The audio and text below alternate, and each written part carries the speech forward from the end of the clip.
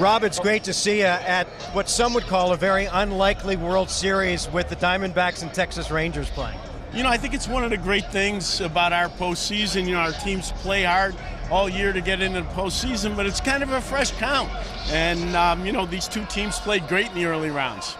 How about what the Diamondbacks have been able to do this year, just from afar, from your point of view, just the incredible run they've been able to pull off? What are your thoughts on it? You know, just fantastic. I think they got overlooked a little bit. You know, everybody was talking about the good teams in the Western Division. You got to get on Mad Dog, by the way, too. He can't be saying that. That's right.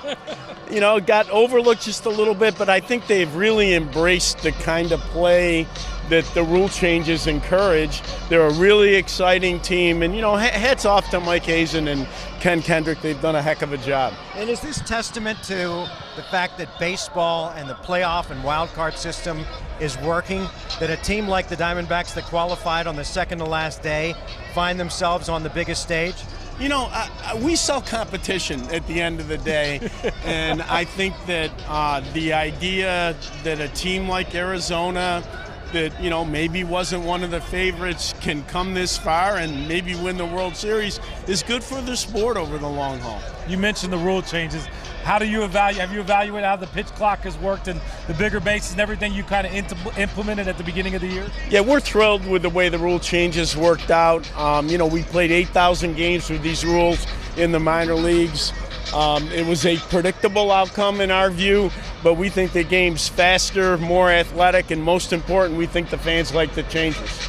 Last night there were a couple of calls that I think the fans, rightly so, questioned in the game. Would you be in favor of a replay system where a manager could throw some sort of a red flag and say, I'd like to take another look at that?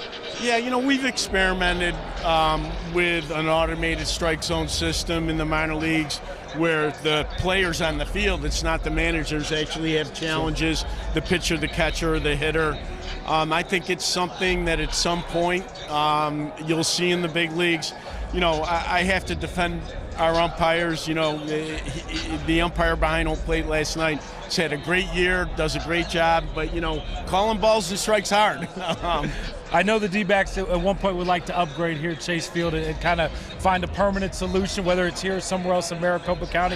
Where does that stand, and how much would you like the D-backs to remain here at Chase Field? Look, I think it's really important, particularly in our smaller markets, that the facilities that the clubs play in are up to date, have the best opportunity to generate revenue to keep the clubs competitive.